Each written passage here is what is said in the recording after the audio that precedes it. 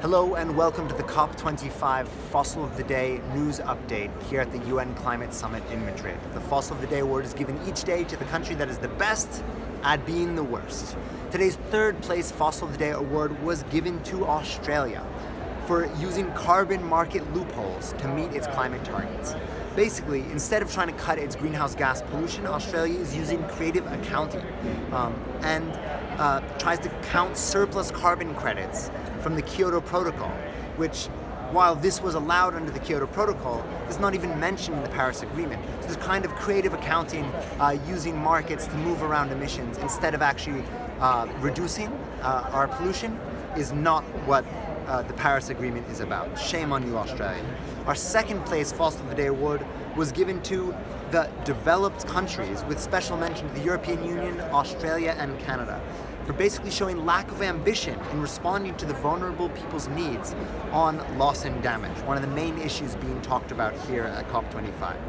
These countries have done very little and very late to advance discussions on loss and damage and how to be supporting the people already being affected by the most by climate change.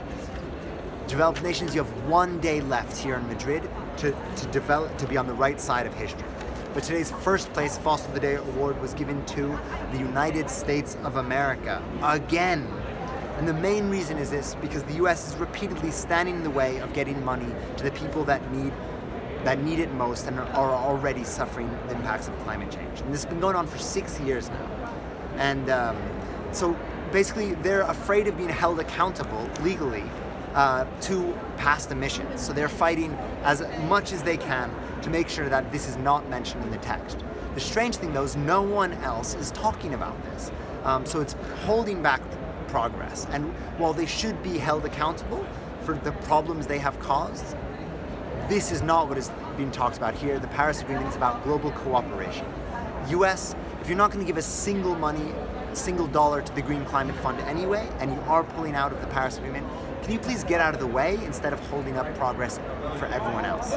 But today we had a special ray of the day to acknowledge the people who are rolling up their sleeves to take on the fossil industry, who were awarded this special prize of thanks.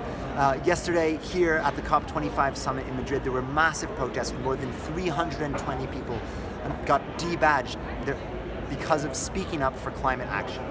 So these people, including the people in the Philippines who have petitioned the Philippines Commission for Human Rights to denounce the responsibility of the carbon majors for climate-induced human rights violations, the amazing Norwegians who are campaigning to denounce fossil fuel extraction in the Arctic and who will be facing their government in court tomorrow, and last but not least, the indigenous heroes from the Amazon to Australia who are daily risking their lives to fight the fossil fuel industry and develop on traditional land and to preserve their culture and environmental integrity.